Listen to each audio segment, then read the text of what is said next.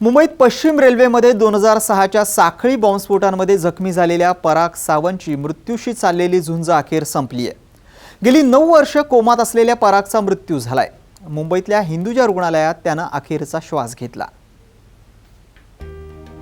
पराग सावंत हिंदुजा हॉस्पिटलमधल्या 8व्या मजल्यावरील bed number 27 वर गेल्या 9 वर्षांपासून उपचार सुरू असणारा हा रुग्ण सबंध हॉस्पिटलमध्येच परिचित होता। 2006च्या जुलै महिन्यामध्ये मुंबईत लोकल्समध्ये जे बॉम्बस्फोट झाले होते त्यानं सारी मुंबई हादरली होती। त्यात मीरा रोड इथल्या स्फोटांमध्ये 26 वर्षांचा पराग गंभीर जखमी झाला होता।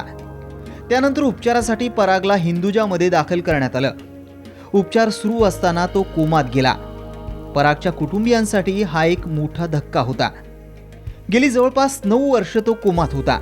बॉम्बस्फोटाच्या वेळी परागची पत्नी 7 महिन्यांची गर्भवती होती।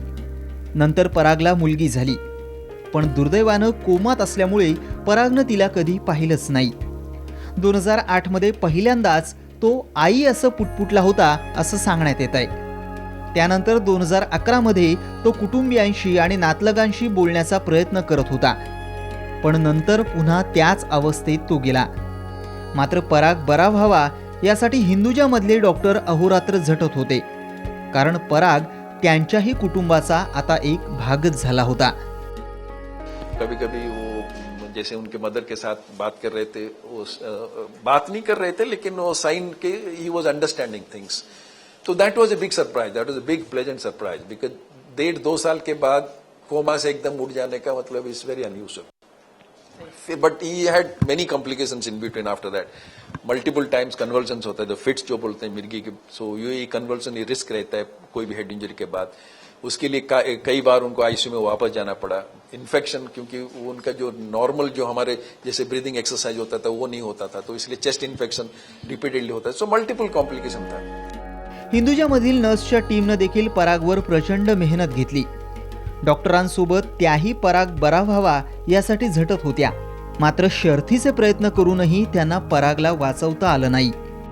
एक आपला एक दृष्टिकोन असतो हेल्थ केअर मध्ये, आणि this is extremely viable in typical Indian culture, की if you are looking after a patient, don't only look after the patient, because एक आपला जे बॉन्डिंग असतं, जे फॅमिली ॲटमॉस्फिअर आहे, like we feel that it is a part of a Indian culture, की our entire family gets affected.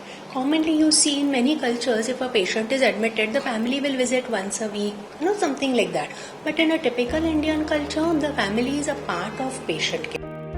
या सगळ्या 9 वर्षांच्या काळात परागचे कुटुंबीय त्याच्या मागे ठामपणे उभे होते। परागचे आई वडील आणि पत्नीनं या 9 वर्षांच्या काळात त्याला एकही दिवस एकटं सोडलं नाही। एक जण नेहमी हिंदुजा रुग्णालयात असायचा। पराग एक दिवस नक्की पूर्ण बरा होईल असा अतूट विश्वास त्यांना होता, पण नियतीला ते मंजूर नव्हतं। आज अखेर वयाच्या 35व्या वर्षी परागची झुंज संपली। नियतीनं परागला त्यांच्या कुटुंबियांपासून हिरावून नेलं। आता उरले आहेत फक्त त्याच्या आठवणी। कॅमेरामन राकेश नेरुरकर सह कपालिनी सिनकर आणि ब्युरो रिपोर्ट साम टीव्ही मुंबई।